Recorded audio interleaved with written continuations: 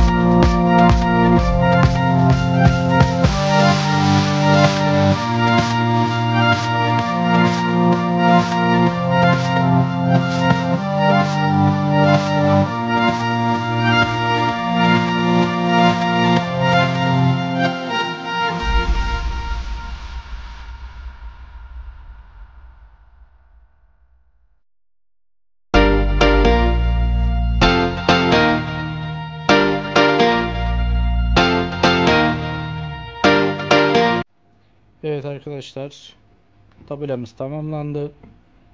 Montajı bitti. Güzel bir çalışma oldu.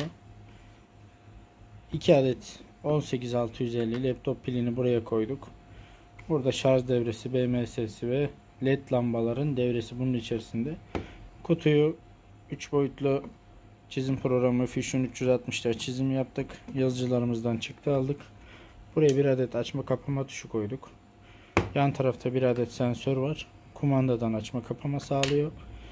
Gece lambası olarak kullanabilirsiniz. Ya da bu tarz çeşitli videolar çekiyorsanız arka planda böyle renkli yanmasını sağlayabilirsiniz. Siz de isterseniz sizler içerisinde hazırlayabilirim. Bu ortadaki kısım plexiglas. Bunu CNC'de işledik. Maliyet konusunda yaklaşık 250 civarına yaklaşıyor.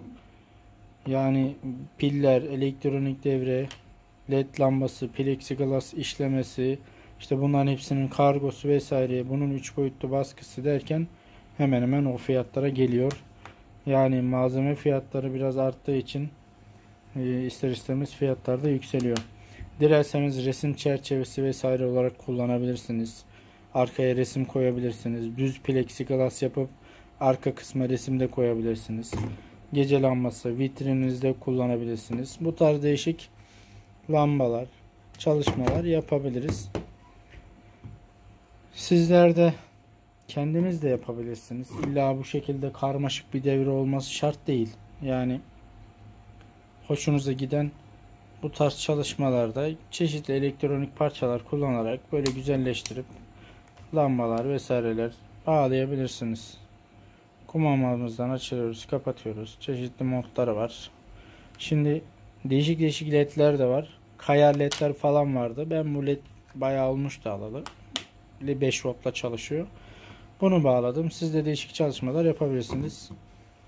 Herkese sağlıklı, sıhhatli günler arkadaşlar.